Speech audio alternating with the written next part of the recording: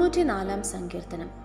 പ്രതികാരത്തിൻ്റെ ദൈവമായ യഹോവേ, പ്രതികാരത്തിൻ്റെ ദൈവമേ, പ്രകാശിക്കണമേ. ഭൂമിയുടെ ന്യായാധിപതിയെ, എഴുന്നേൽക്കണമേ. ഡംബികൾക്ക് നീ പ്രതികാരം ചെയ്യണമേ. യഹോവേ, ദുഷ്ടന്മാർ എത്രത്തോളം ഘോഷിച്ചുല്ലസിക്കും.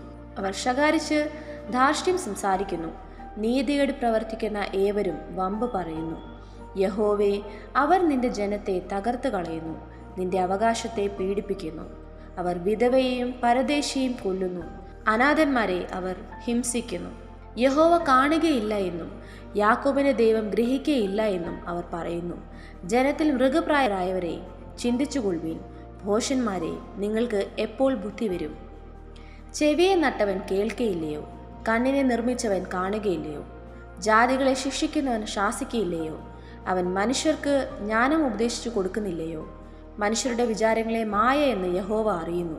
യഹോവേ, ദുഷ്ടന് കുഴി കുഴിക്കുവോളം അനർത്ഥ ദിവസത്തിൽ നീ അവനെ വിശ്രമിപ്പിക്കേണ്ടതിന് നീ ശിക്ഷിക്കുകയും നിന്റെ ന്യായപ്രമാണം നീ ഉപദേശിക്കുകയും ചെയ്യുന്ന മനുഷ്യൻ ഭാഗ്യവാൻ.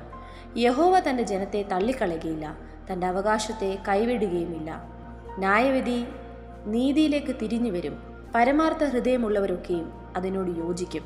ദുഷ്കർമ്മികളുടെ നേരെ ആർ എനിക്ക് വേണ്ടി എഴുന്നേൽക്കും? നീതികേട് പ്രവർത്തിക്കുന്നവരോട് ആർ എനിക്ക് വേണ്ടി എതിർത്തു നിൽക്കും? യഹോവ എനിക്ക് സഹായമായിരുന്നില്ലെങ്കിൽ എൻ്റെ പ്രാണൻ വേഗം മൗനവാസം ചെയ്യുമായിരുന്നു. എൻ്റെ കാൽ വഴുതുന്നു എന്ന് ഞാൻ പറഞ്ഞപ്പോൾ, യഹോവേ, നിന്റെ ദയ എന്നെ താങ്ങി.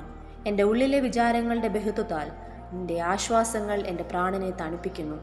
നിയമത്തിന് വിരോധമായി കഷ്ടത നിർമ്മിക്കുന്ന ദുഷ്ടസിംഹാസനത്തിന് നിന്നോട് സഖ്യതയുണ്ടാകുമോ? നീതിമാന്റെ പ്രാണന് വിരോധമായി അവർ കൂട്ടം കൂടുന്നു. കുറ്റമില്ലാത്ത രക്തത്തെ അവർ ശിക്ഷയ്ക്ക് വിധിക്കുന്നു. എങ്കിലും യഹോവ എനിക്ക് ഗോപുരവും എൻ്റെ ശരണശൈലമായ എൻ്റെ ദൈവവുമാകുന്നു.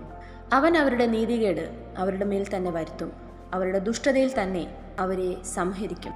നമ്മുടെ ദൈവമായ യഹോവ അവരെ സംഹരിച്ചു കളയും. ഈ വായിച്ച തിരുവചന ഭാഗങ്ങളാൽ ദൈവം നമ്മേവരെയും അനുഗ്രഹിക്കുമാറാകട്ടെ.